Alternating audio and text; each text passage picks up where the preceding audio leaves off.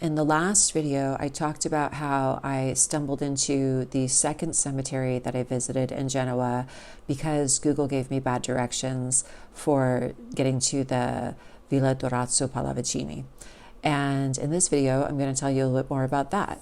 The Villa Durazzo Pallavicini is this massive, beautiful botanical garden, sort of, that is placed on a really huge hill as well, and you climb this path along and around the hill, very, very high. I believe you climb 350 feet of altitude. It's a lot. It's a big climb. It's not a leisurely walk at all. Also, for anyone ever planning to do this, visit this place and do this whole hike, the path, the walking path, is paved in stones. When you enter, it's paved in smooth stones, which you do feel under your feet, under your shoes. I was wearing like sneakers. But more importantly, later on, the path up the mountain is paved in these really narrow, sharp stones. I don't know what type of stone it is. It's some kind of stone that kind of is sheeted and then broken up. It looks beautiful. I understand, especially because I did find areas where it was very, very mossy, and it could have been quite slippery if the stones hadn't had so much texture to them. So I understand why they must have paved it with this, but it is going to kill your feet. You are going to feel it, and it's going to hurt. So just beware. Your most cushiony shoes are absolutely necessary for this.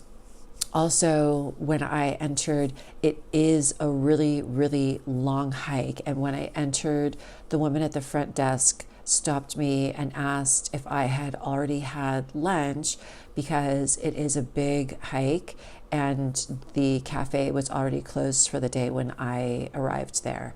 I had not had lunch, and I had just walked an hour and a half up to the nowhere and back, and I probably should have left and had lunch and come back, but I'm just a maniac like that. They did have some vending machines along the way with some snacks, and I will also say that this is when I discovered that vending machine snacks in Italy are much better than vending machine snacks in America, just at least this one.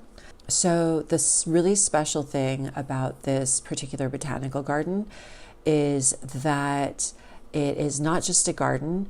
It has been designed so that each sort of area of the garden is meant to represent, I don't know exactly how to say, illustrate a story.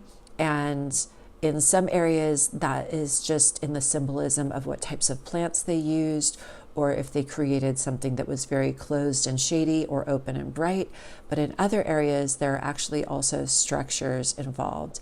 You climb the mountain and you go through these different little scenes, and each one has a placard where you can read everything about what this was intended to convey.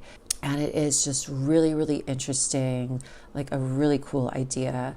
I really enjoyed it a lot. So highly recommend, if you are visiting Genoa, take the train to Pegli.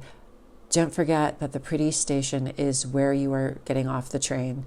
And don't follow Google Maps walking directions. Just walk around the train station building, and right next door you will find the entrance to the gardens.